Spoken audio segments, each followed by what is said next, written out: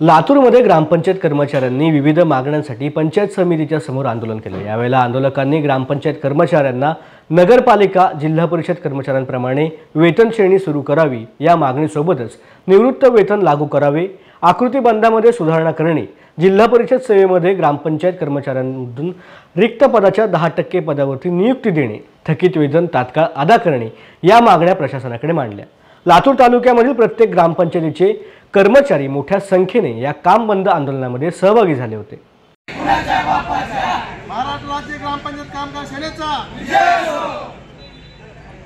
राज्यामध्ये ग्रामपंचायत कामगार सेनेच्या वतीनं 3 दिवसीय कामकाज बंद आंदोलन करण्यात आलेलं आहे। तरी शासन दरबारी ग्रामपंचायत कर्मचारी यांच्या वतीनं आम्ही एकच मागणं करतो की आमच्या ज्या मागण्या आहेत ते माननीय शासन यांनी लवकरात लवकर मान्य करून आम्हा सर्वांच्या ज्या मागण्या आहेत ती मागण्या मी या ठिकाणी मांडत आहेत। ग्रामपंचायत कर्मचाऱ्यांना नगरपालिका व जिल्हा परिषद कर्मचाऱ्याप्रमाणे वेतन श्रेणी लागू करण्यात यावी,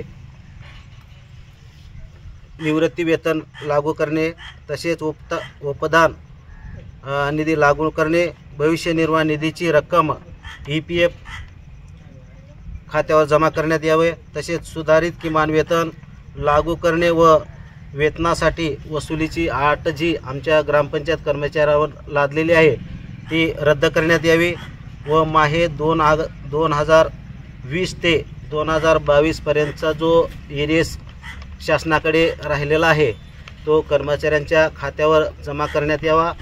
अशा प्रकारे आमच्या मागण्या आहेत।